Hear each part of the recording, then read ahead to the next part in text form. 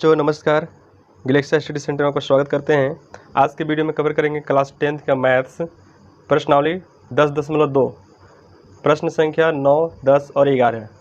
ठीक है, एक्सरसाइज 10.2 का प्रश्न संख्या 9, 10, 11 को इस वीडियो में कवर करेंगे। तो आइए सबसे पहले प्रश्न संख्या 9 को देखते हैं क्या है।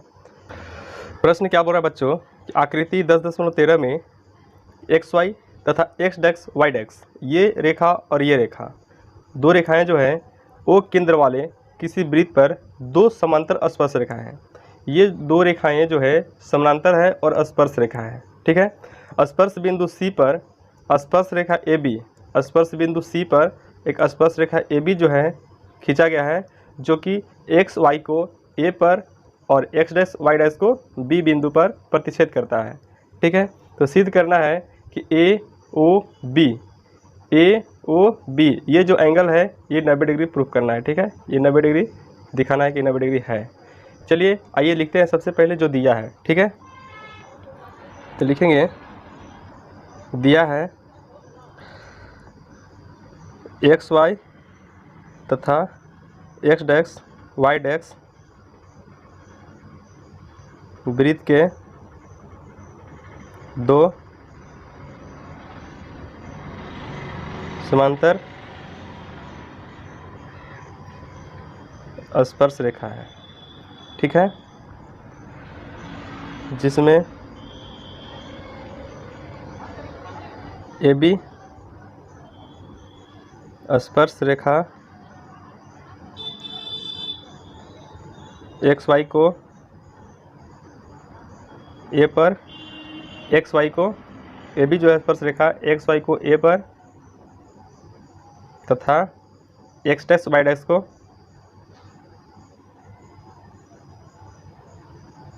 B पर काटती है।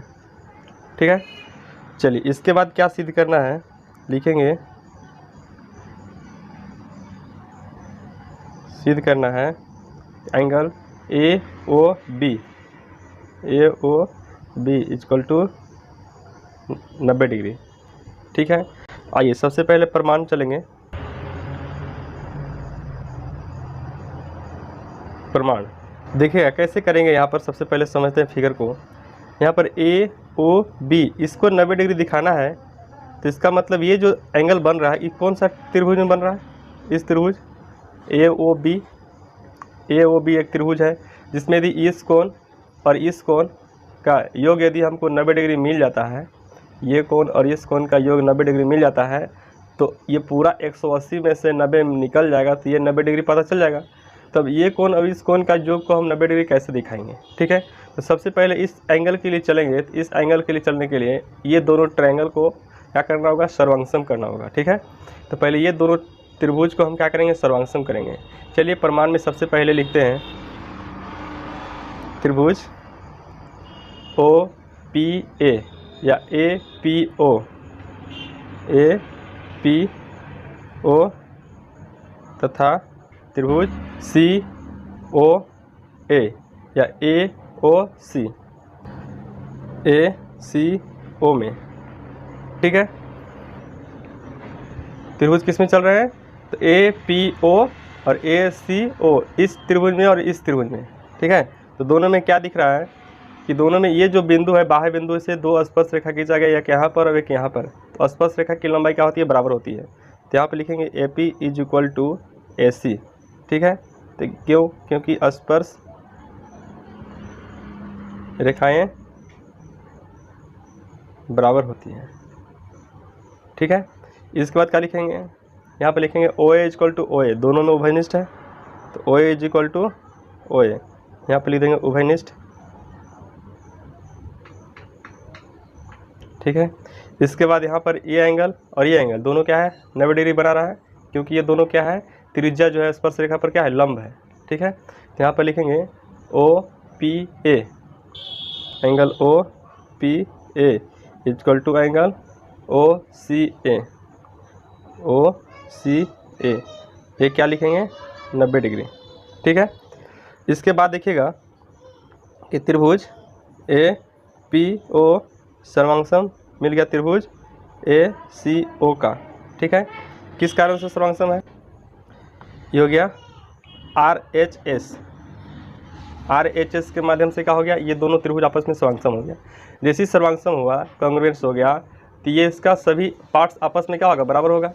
कॉन्ग्रुएंस पार्ट्स, ये भुजा इसके बराबर है और ये तो कॉमन हो गया, ये इसके बराबर हो जाएगा और ये एक एंगल इस एंगल के बराबर हो जाएगा। ठीक है, तो इस एंगल को बराबर कैसे लिखेंगे, तो PAO या OAP, angle OAP equal to OAC, angle OAC, ये बराबर लिख देंगे बाय CPCT द्वारा।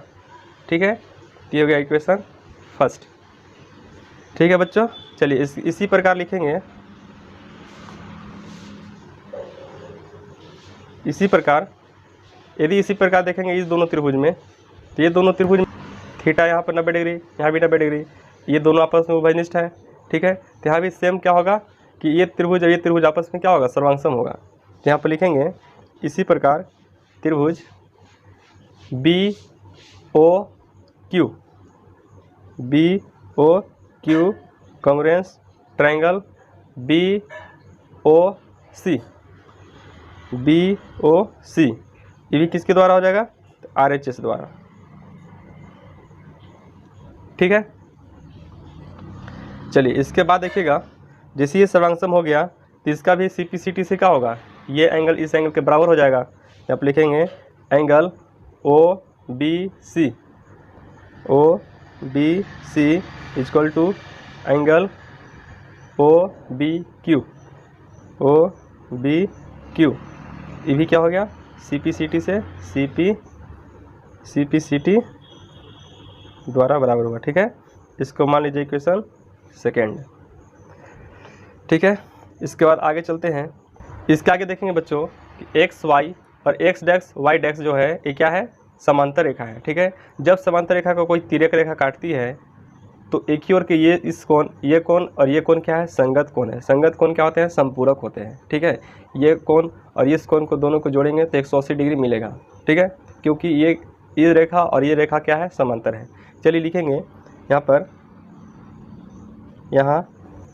लिखेंगे XY समांतर है X डैश Y डैश का। ठीक है, जैसे समांतर है तो यहाँ पर लिख देंगे क्या कि एंगल इसका नाम, ठीक है, PAC plus angle QBC equal to 180 degree लिख देंगे। यहाँ पर संगत कोण संपूरक। ठीक है, चलिए इसके बाद देखिएगा, यहाँ पर PAC जो एंगल है, PAC ये पूरा एंगल की बात कर रहा है। इस एंगल में दो पार्ट हैं, एक ये एंगल है और एक ये एंगल है। ठीक है, तो दो एंगल को दो भाग में अलग अलग करके लिखेंगे। तो इसका नाम क्या लिखेंगे, तो PAO, एंगल PAO प्लस इसका नाम क्या लिखेंगे, तो CAO, एंगल CAO। ठीक है, इसका हो गया। अब इसमें चलते हैं, क्योंकि QBC है तो QBC ये जो एंगल है इसमें भी दो पार्ट है, तो ये दोनों को अलग अलग करके लिखेंगे। तो इसको कैसे लिखेंगे, तो CBO plus angle CBO plus इसका क्या लिखेंगे, QBO, angle QBO equal to कितना हो जाएगा, तो 180 डिग्री। ठीक है, चलिए इसके आगे देखिएगा, PAO और CAO ये दोनों एंगल आपस में क्या था, सर्वांगसम है। क्योंकि अभी हम सिद्ध कर चुके हैं कि दोनों त्रिभुज क्या है, सर्वांगसम है। तो यहाँ पर इस एंगल के जगह पर इस एंगल का नाम या इसके जगह पर इसका नाम लिख सकते हैं। यहाँ पर देखिएगा CAO, ठीक है, और यहाँ पर क्या है PAO, तो PAO इस एंगल के जगह पर इसका नाम लिख सकते हैं ना। देखिएगा यहाँ पर इक्वेशन फर्स्ट से यहाँ पर देखेंगे कि PAO और CAO, PAO या OAP एक ही बात है। ठीक है, ये दोनों आपस में क्या है, बराबर है। ठीक है, तो हम इसको लिख सकते हैं एंगल PAO इस एंगल को क्या करना है, रखना है, ठीक है, इस एंगल को रखना है, इसको हम हटा के इस रूप में लिखना चाहेंगे। तो PAO वाला जो वैल्यू है उसको हम क्या रख देंगे, CAO के रूप में लिख देंगे। यहाँ पर लिख देंगे CAO plus angle CAO plus, अब इसमें देखेंगे इस एंगल को रखना है, ठीक है, इस एंगल को रखने के लिए इस एंगल को जगह पर इसके रूप में लिखेंगे। तो इस एंगल को रखने के लिए क्या है, CBO को रखना है, ठीक है, CBO को रखना है। तो एंगल CBO प्लस QBO को हटाकर CBO लिख सकते हैं, क्योंकि ये दोनों एंगल आपस में क्या है, बराबर है। Angle CBO equal to 180 degree, ठीक है। चलिए इसके बाद देखते हैं आगे। यहाँ पर क्या लिखेंगे, ये दोनों एंगल जब मिल जाएगा तो लिख देंगे 2 एंगल CAO प्लस यहाँ पर भी 2 हो जाएगा, 2 angle CBO equal to 180 degree. यहाँ पर देखेंगे 2 कॉमन ले लेंगे तो angle CAO plus angle CBO equal to हो जाएगा 180 डिग्री, ठीक है। इसके बाद चलेंगे angle CAO plus angle CBO equal to 180/2 हो जाएगा कितना, 90 डिग्री, ठीक है। इसके बाद लिखेंगे यहाँ पर angle CAO plus angle CBO equal to कितना मिल गया, 90 डिग्री। इसको मान लेते हैं इक्वेशन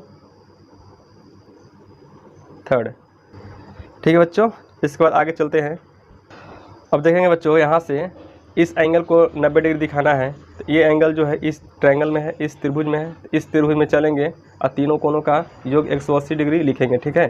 तो त्रिभुज AOB में तो लिखेंगे त्रिभुज AOB में, त्रिभुज AOB में क्या है कि AOB ये एंगल के बारे में बात कर रहे हैं, तो लिखेंगे एंगल AOB प्लस इस एंगल को लिखेंगे OAC या CAO, एंगल CAO प्लस इसको क्या लिखेंगे, इस एंगल को CBO, angle CBO equal to कितना, 180 डिग्री।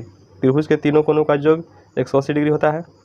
चलिए इसके आगे देखेंगे एंगल AOB प्लस CAO और CBO, ठीक है। इसका जो वैल्यू है कितना आया है, तो 90 डिग्री आया है। कहाँ से, तो इक्वेशन 3 से, ठीक है। एक बार देखिएगा यहाँ पर CAO और CBO का वैल्यू कितना है, तो 90 डिग्री। तो इक्वेशन 3 का जो वैल्यू है वहाँ पर हम बैठा देंगे, ठीक है। इसके बाद यहाँ पर लिख देंगे 180 डिग्री, ठीक है। इसके बाद angle AOB equal to 180 degree minus 90 degree. यहाँ से क्या मिल जाएगा, एंगल AOB 90 डिग्री, प्रूफ हो गया। यही सिद्ध करना था कि एंगल AOB कितना है, तो 90 डिग्री है, ठीक है। चलिए इसके बाद अगला प्रश्न देखते हैं। 10वां प्रश्न बोलता है कि सिद्ध कीजिए कि किसी बाह्य बिंदु से खींची गई स्पर्श रेखा के बीच का कोण स्पर्श बिंदु को मिलाने वाले रेखाखंड द्वारा केंद्र पर अंतरित कोण संपूरक होते हैं, ठीक है। तो चलिए सबसे पहले इसको फिगर बनाते हैं। तो फिगर के लिए सबसे पहले एक वृत्त बनाएंगे।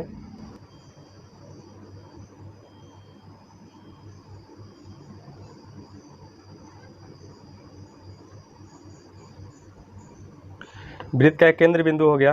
तो बोलता है कि बाह्य बिंदु से खींची गई स्पर्श रेखा, कहीं बाह्य बिंदु यहाँ से इस पर स्पर्श रेखा खींचते हैं तो एक यहाँ स्पर्श होगा और एक रेखा इधर से होगा, ठीक है। तो यहाँ पर एक बिंदु पर बाह्य बिंदु से कितने स्पर्श रेखा खींची जा सकती है, 2 स्पर्श रेखा, ठीक है। 2 स्पर्श रेखा खींच दिए। यहाँ से बोलता है कि स्पर्श रेखाओं को मिलाने वाला जो बीच का ये जो कोण है, ये कोण, अब स्पर्श बिंदुओं को केंद्र से मिलाने वाला जो ये कोण है, ठीक है, ये कोण और ये कोण, दोनों का कोण का योग कितना है, तो 180 डिग्री दिखाना है। दोनों कोण क्या बोल रहे हैं, संपूरक कोण बोल रहा है, ठीक है। तो चलिए सबसे पहले इसको नाम देते हैं ये, इसको B, और ये जो बाह्य बिंदु है P है और केंद्र बिंदु O है। यहाँ पर लिखेंगे माना कि केंद्र O तथा त्रिज्या R वाला एक वृत्त है जिसमें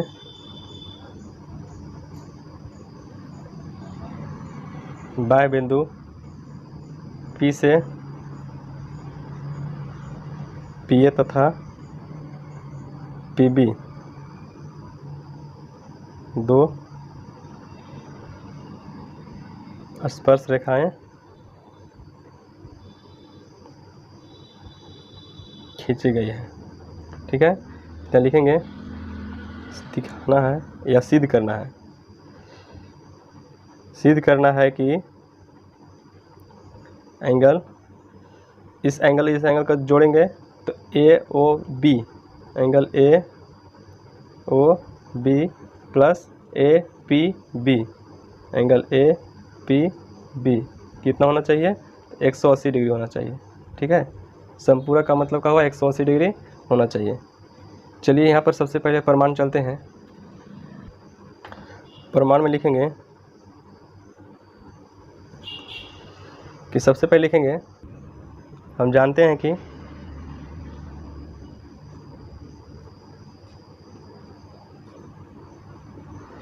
वृत्त की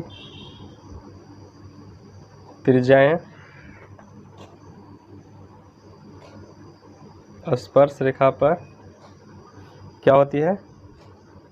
लंब होती है। ठीक है, जैसी लंब होती है तो OA जो है AB पर क्या है? लंब है। तो OA लंब AP। ठीक है, OA क्या है? त्रिज्या है। AP क्या है? स्पर्श रेखा है। तो OA क्या है? AP रेखा पर क्या है? लंब है। तो यहाँ पर क्या हो जाएगा?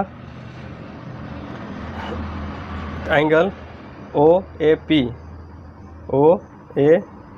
कितना हो जाएगा? तो 90 डिग्री। ठीक है, इसी प्रकार क्या है? OB जो है OB लंब है BP पर। ठीक है, तो इस एंगल का भी कितना हो जाएगा? 90 डिग्री हो जाएगा। तो इसका हो जाएगा OBP एंगल OBP कितना डिग्री? तो 90 डिग्री। ठीक है, तो अब यहाँ पर देखिएगा कि AOBP ये क्या है? एक चतुर्भुज है। चतुर्भुज में चारों कोनों का जो कितना होता है? तो 360 डिग्री होता है। तो लिखेंगे चतुर्भुज AOBP में चतुर्भुज में चलेंगे तो चारों कोनों का मेंशन करेंगे। ठीक है, तो लिखेंगे सबसे पहले इस कोण का वैल्यू, तो यहाँ पर हो जाएगा एंगल OAP प्लस इस कोण का APB एंगल APB प्लस इसको लिखेंगे तो OBP एंगल OBP प्लस इसको लिखेंगे AOB एंगल AOB। चारों कोनों का जो कितना होना चाहिए? तो 360 डिग्री। ठीक है, चलिए इसके बाद सभी का वैल्यू पुट करेंगे। तो यहाँ से OAP का वैल्यू कितना है? 90 डिग्री है। तो यहाँ पर पुट कर देंगे 90 डिग्री। और APB इसका वैल्यू पता नहीं है। APB प्लस OBP का वैल्यू कितना है?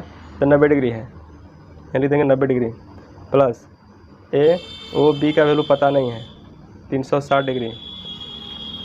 इसके बाद लिखेंगे यहाँ APB जो वैल्यू पता नहीं उसको एक जगह लिख दीजिए। APB plus AOB angle AOB equal to 360 degree. और ये 90 180 हो जाएगा, उधर जा करके हो जाएगा क्या? माइनस। ठीक है, आगे चलेंगे angle APB plus angle AOB बराबर 360 में से 180 माइनस करेंगे तो मिल जाएगा क्या? 180 डिग्री। ठीक है, यही प्रूव करना था। देखिए यहाँ पर AOB और APB का जो कितना होना चाहिए? तो 180 डिग्री होना चाहिए। ठीक है, तो यहाँ पर ये हो गया प्रूव्ड। ठीक है बच्चों, चलिए इसके बाद अगला प्रश्न देखते हैं। चलिए बच्चों 11 प्रश्न क्या बोलता है कि सिद्ध कीजिए कि किसी वृत्त के परिगत का मतलब होता है चारों तरफ समांतर चतुर्भुज समचतुर्भुज होता है। तो वृत्त के परिगत जो है एक समांतर चतुर्भुज है। इस समांतर चतुर्भुज को समचतुर्भुज सिद्ध करना है। ठीक है, तो चलिए सबसे पहले फिगर बनाते हैं। तो फिगर में क्या है? एक वृत्त है।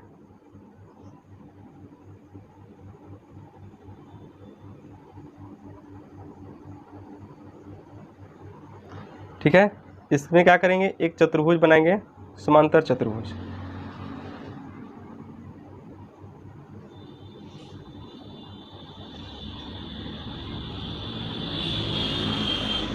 ए बी सी डी, जो कि वृत्त को पी क्यू आर और एस बिंदु पर स्पर्श करता है।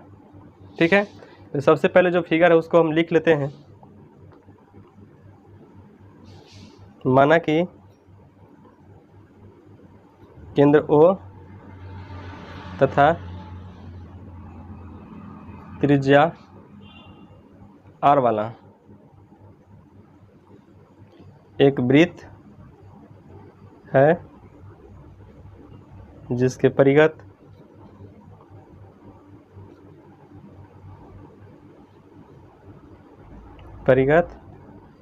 ए बी सी डी एक समांतर चतुर्भुज है, समांतर चतुर्भुज है, जिसमें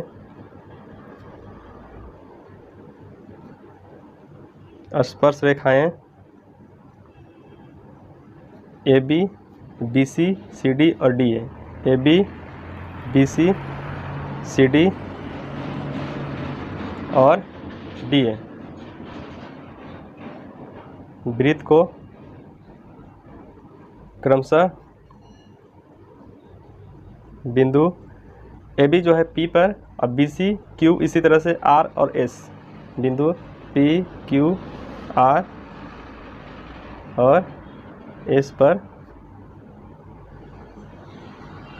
स्पर्श करती है। ठीक है, चलिए इसके बाद देखिएगा, दिया है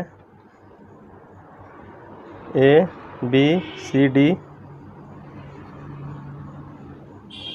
एक समांतर चतुर्भुज है। जब समांतर चतुर्भुज है तो समांतर चतुर्भुज के सम्मुख भुजा क्या होती है, बराबर लंबाई की होती है। तो लिखेंगे ए बी जो है बराबर हो जाएगा सी डी का, ए बी बराबर सी डी, और ए डी जो है बी सी के बराबर, B C equal to A D हो जाएगा। ठीक है, इसके बाद सिद्ध क्या करना है, सिद्ध करना है ए बी सी डी एक सम चतुर्भुज है। ठीक है, सम चतुर्भुज तभी होता है जब इसका चारों भुज आपस में क्या हो, बराबर हो जाए। ठीक है, यहाँ पे लिखेंगे A B equal to B C equal to C D equal to D है। ठीक है, यही प्रूफ करना है। चलिए आइए सबसे पहले प्रमाण चलते हैं, किस प्रमाण से इसको हम सिद्ध कर सकते हैं। ठीक है, चलिए बच्चों प्रमाण में लिखते हैं, हम जानते हैं कि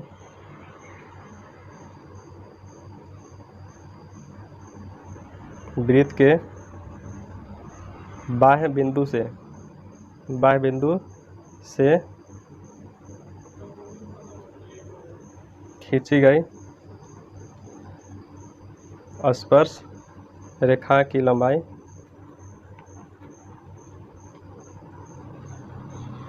क्या होती है, बराबर होती है। ठीक है, तो इसके बाद यहाँ पर देखेंगे कि यदि यहाँ पर ये जो फिगर है, यहाँ से देखिएगा कि ये जो बाह्य बिंदु है, इस ए बाह्य बिंदु से दो स्पर्श खींचा गया है, ए पी और ए एस। ठीक है, तो ए पी का लंबाई और ए एस की लंबाई क्या होगा, बराबर होगा। तो यहाँ पर लिखेंगे कि A P equal to A S. ठीक है, समीकरण फर्स्ट। इसी प्रकार क्या हो जाएगा, बाह्य बिंदु किसके लिए, तो बी के लिए। ठीक है, यहाँ पर आप लिख सकते हैं बाह्य बिंदु ए के लिए। ठीक है, और इसके बाद लिखेंगे बाह्य बिंदु बी के लिए। बी के लिए क्या है, ये जो बाह्य बिंदु है यहाँ से भी दो रेखा खींचा गया है, एक बी पी और एक बी क्यू। तो B P equal to B Q कर सकते हैं, तो B P equal to B Q, ये वो इक्वेशन सेकेंड। इसके बाद चलते हैं बाह्य बिंदु सी के लिए। बाह्य बिंदु सी के लिए, ठीक है, सी के लिए चलेंगे। यहाँ पर जो बाह्य बिंदु सी है, यहाँ से सी आर जो है किसके लंबाई के बराबर हो जाएगा, सी क्यू के। क्या लिख देंगे, C R equal to C Q. ये हो गया इक्वेशन थर्ड। इसके बाद चलेंगे बाह्य बिंदु डी के लिए। बाह्य बिंदु डी के लिए चलेंगे तो ये जो डी है ये डी आर और डी एस के बराबर है। क्या लिख देंगे, D R equal to D S. ये इक्वेशन हो गया 4। ठीक है। अब इसके बाद क्या करेंगे, इक्वेशन फर्स्ट, सेकेंड और थर्ड को जोड़ेंगे।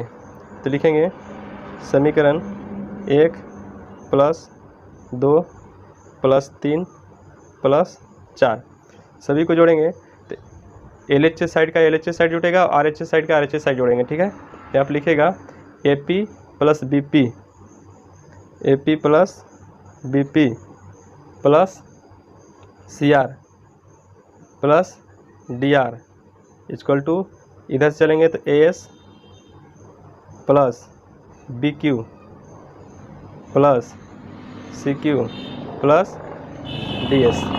ठीक है। चलिए अब देखिएगा यहाँ पर फिगर में क्या है, ए पी और बी पी, यहाँ से ए पी और बी पी दोनों मिलेगा तो क्या बनेगा, ए बी बन जाएगा। यहाँ बन गया A B plus C R और डी आर मिलेगा, ये सी आर और ये डी आर मिलेगा तो क्या बन जाएगा, सी डी। यहाँ बन गया सी डी इक्वल टू, यहाँ से देखेगा ए एस और बी क्यू, ए एस और डी एस मिलाएंगे तब जा करके ए डी बनेगा। तो ए एस यहाँ से और डी एस यहाँ से, तो इसको लिखेंगे A S plus D S, बाकी बचा B Q plus C Q. A S और डी एस मिलकर क्या बन गया, ए एस और डी एस मिलकर क्या बन गया, ए डी बन गया, प्लस बी क्यू और सी क्यू मिलकर क्या बना, बी क्यू और सी क्यू मिलकर क्या बन गया, बी सी। यहाँ पर लिख देंगे बी सी। ठीक है। इधर है B D, A B plus C D. यहाँ पर देखेंगे ऑलरेडी पहले दिया हुआ है कि ए बी जो है किसके बराबर है, सी डी के बराबर है, और बी सी किसके बराबर, तो ए डी के बराबर है। तो सी डी जहाँ है, सी डी के जगह पर हम ए बी रख सकते हैं। तो यहाँ पर देखिएगा सी डी के स्थान पर ए बी जैसे था वैसे छोड़ देंगे और सी डी के जगह पर हम ए बी बैठा सकते हैं। और यहाँ पर क्या है, ए डी है। ठीक है। अब ए डी जो है किसके बराबर है, बी सी के बराबर है। ठीक है। तो ए डी को छोड़ देते हैं, यदि बी सी को हम लिख सकते हैं बी सी के जगह पर क्या, ए डी। तो ए डी जैसे था वैसे ही छोड़ देते हैं और बी सी के जगह पर हम लिख देंगे क्या, ए डी। ठीक है। ये ज़रूरी नहीं कि ए बी के सी डी के जगह पर ही ए बी लिख सकते हैं, ए बी के जगह पर आप सी डी लिख दीजिए, कोई प्रॉब्लम नहीं है। तो ये दोनों को जोड़ेंगे तो क्या मिल जाएगा, 2ab, और ये दोनों को जोड़ेंगे तो 2ad। ठीक है। तो यहाँ से 2 से 2 का हो जाएगा, कैंसिल हो जाएगा। तो ab इक्वल टू क्या मिला, ad। जब ab इक्वल टू ad मिल गया, यहाँ पर देखेंगे ab इक्वल टू ad मिला, ab इक्वल टू ad। ठीक है। पहले क्या था कि सिर्फ ये भुजा इसके बराबर था और ये भुजा इसके बराबर था, लेकिन अब क्या हुआ कि ए बी जो है अब इसके ही बराबर हो गया। तो इसका मतलब ये भुजा जब इसके बराबर हो गया तो ये ऑलरेडी पहले से इसके बराबर था और ये भुजा इसके बराबर था। इससे मतलब क्या है कि चारों भुजा आपस में क्या हो गया, बराबर हो गया। तो चारों भुजा बराबर है तो कौन सा चतुर्भुज होता है, तो सम चतुर्भुज होता है। ठीक है। तो इसलिए हम लिख सकते हैं कि इसी प्रकार A B equal to B C equal to C D equal to T A. ठीक है। ये क्या हो गया, प्रूव्ड। सभी भुज आपस में क्या हो गया, बराबर हो गया। इसलिए ए बी सी डी क्या है, एक समचतुर्भुज है। अतः ए बी सी डी एक समचतुर्भुज है। ठीक है। यदि आज का प्रश्न का सॉल्यूशन चाहते हैं पीडीएफ में तो डिस्क्रिप्शन में लिंक दिया हुआ है, डाउनलोड कर लीजिएगा, जिसका पासवर्ड रहेगा कैपिटल लेटर में धनंजय। यदि इस तरह का वीडियो चाहते हैं तो आप इस चैनल को लाइक, सब्सक्राइब, शेयर कर दीजिएगा। मिलते हैं अगले वीडियो में। Thank you.